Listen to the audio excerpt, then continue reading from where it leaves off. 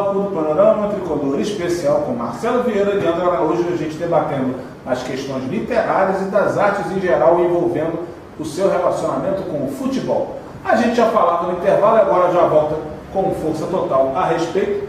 Temos aqui expert de cinema e todos sabem, né, que o Brasil hoje abriga o maior festival de filmes de futebol da América Latina, que é o Cinefute, dirigido pelo nosso querido amigo Antônio Leal, tricolor de carteirinha, corpo e alma. O cinema, assim como a literatura ficou afastada do futebol durante longo e tenebroso inverno, o cinema também, tirando situações pontuais como o maravilhoso Canal 100, ele nunca teve uma proximidade muito com o futebol. E agora, mais recentemente, você também tem uma série de lançamentos, você vê filmes documentários como é o caso de João Saldanha, filmes de arte como o caso de Helena, né, e tantos outros cenários, pequenos documentários e curtas também, que têm valorizado a essência do futebol. Como é que vocês veem essa questão do cinema namorando com o futebol efetivamente? Marcelo Vieira, você é um cinéfilo, então você é o primeiro a falar a respeito disso. O Leandro também mas você é um mega cinéfilo. Ainda bem que o Paulo já esclareceu. Eu não entendo de cinema, não sou cineasta, não sei quando tem um quadro bonitinho. Agora, ver filme de fato eu vejo. Eu acho excelente. Eu estava assistindo até semana retrasada o filme Maldito Futebol Clube, que conta a história do Brian Clough, que foi o maior técnico da história do futebol inglês, e é um filme bom, é um filme bem feito.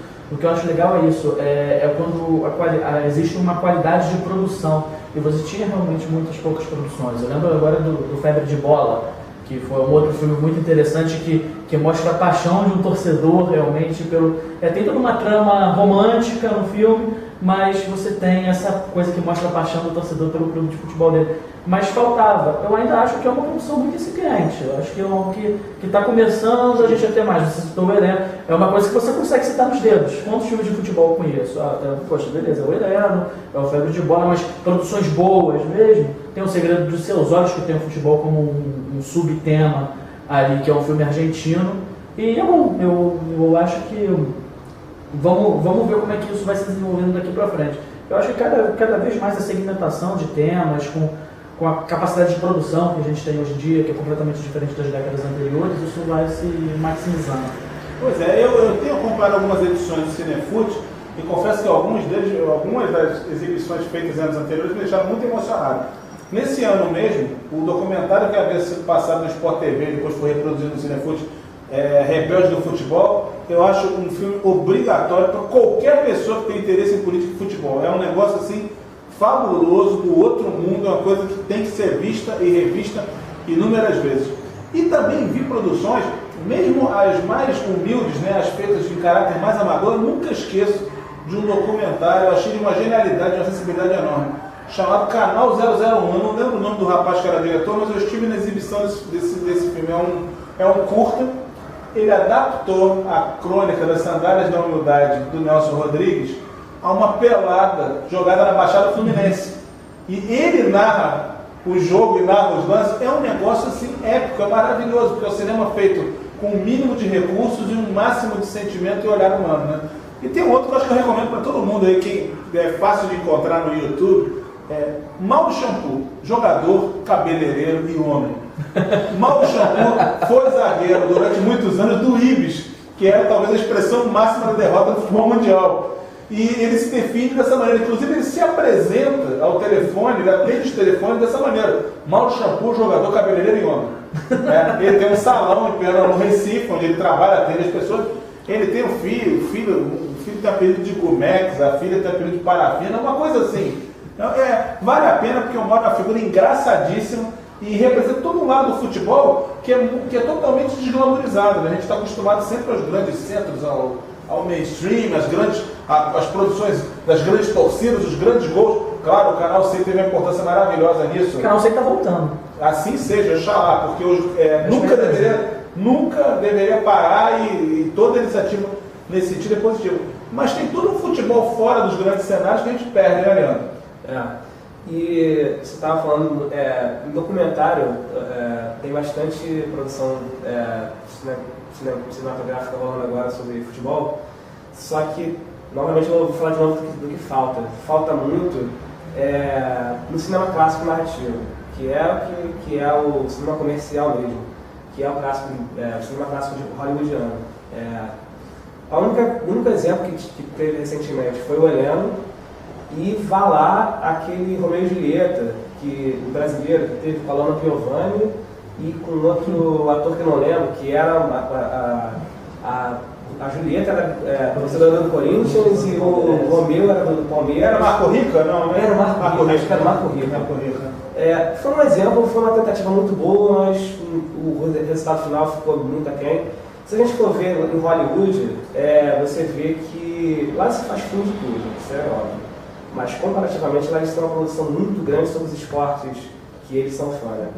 Beisebol, futebol americano, aquela coisa que eles adaptam o American Way, adaptam o jeito americano do You Can Do It pro futebol, pro basquete, para tudo. As histórias de superação.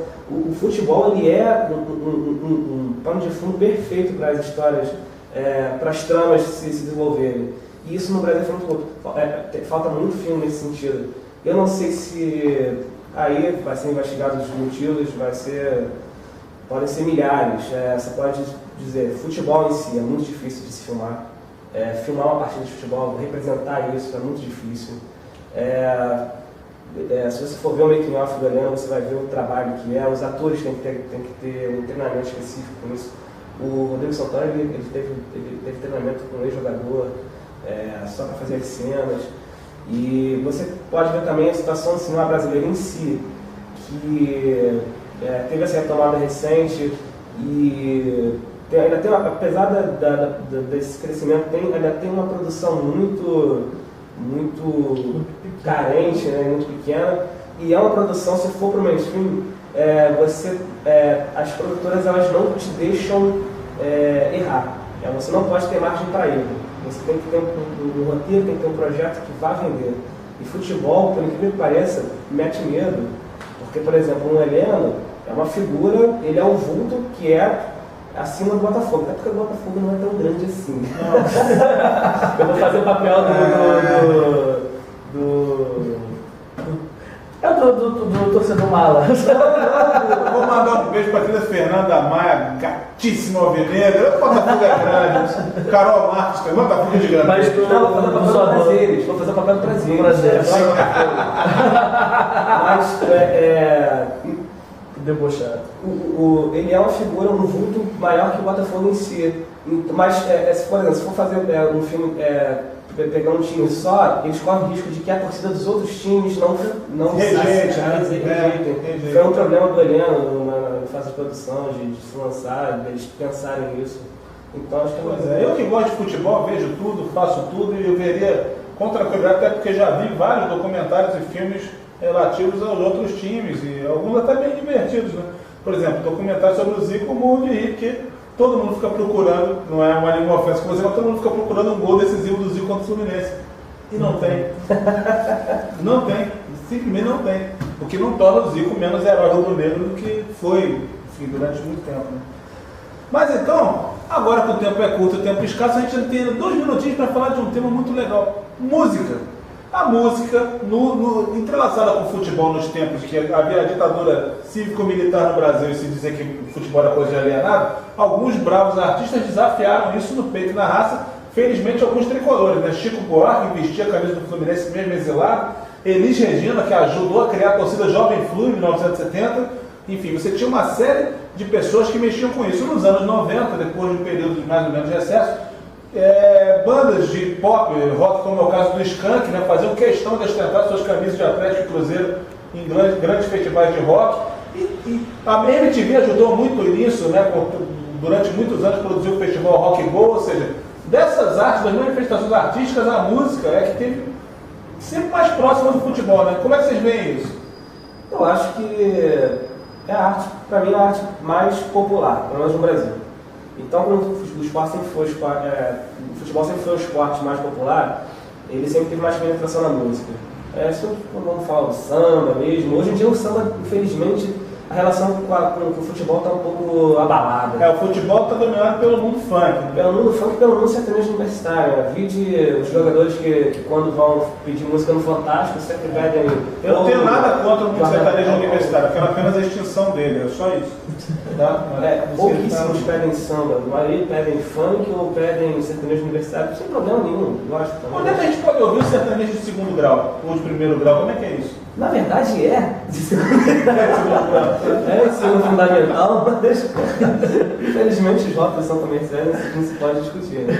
Pois é. Para falar de música, eu acho que o Leandro é mais. Música com futebol, eu acho que o Leandro é muito mais sábio. O Leandro tem alguns trabalhos com música muito legais. Então, a gente tem que começar a ver isso na internet, Leandro. Você tem que produzir esse material para a gente ver. Pois é, tem muita coisa incompleta. O Felipe chega a fazer uma pesquisa sobre. Fez um levantamento de todas as músicas que citam, não só citam, mas que tem uma temática Flamengo incluída. Eu já cheguei a fazer uma. Só que sempre que eu estou terminando, eu encontro mais uma, ou enquanto surge mais uma. Então, e entrou a mais importante de todas? A do Flávio Jesus? Não, também não. Qual? Vamos, Flamengo! Vamos ser campeão. Essa foi pra lista, não? Não, mas não é música de torcida, é música popular que inclui o Flamengo. Mas essa é ultra popular. Saindo um pouco até do ramo futebolístico, o Leandro fala muito também do. Ele faz um trabalho de tradução para o inglês de músicas populares, né? No Brasil, que é aquilo, às vezes o cara escuta, gosta, tem uma certa identidade com aquilo que está ouvindo, gosta e não sabe o que fala. E ele tem esse cuidado. Você quer revelar para o mundo o que Michel Teló canta de verdade, é isso? Isso não precisa, porque ele fez questão de fazer uma versão ao pé da letra da própria música. Essas coisas. Gente, com essa divertidíssima badalação a respeito de Michel Teló, que a gente deve todo o respeito, mas a piada é inevitável, eu agradeço mais uma vez a presença sensacional dos homens fortes do lendário Fluminense, etc. Leandro Araújo e Marcelo Vieira. Nas próximas semanas a gente volta com mais informações, com mais panorama especial e uma série de coisas. Grande abraço, até lá.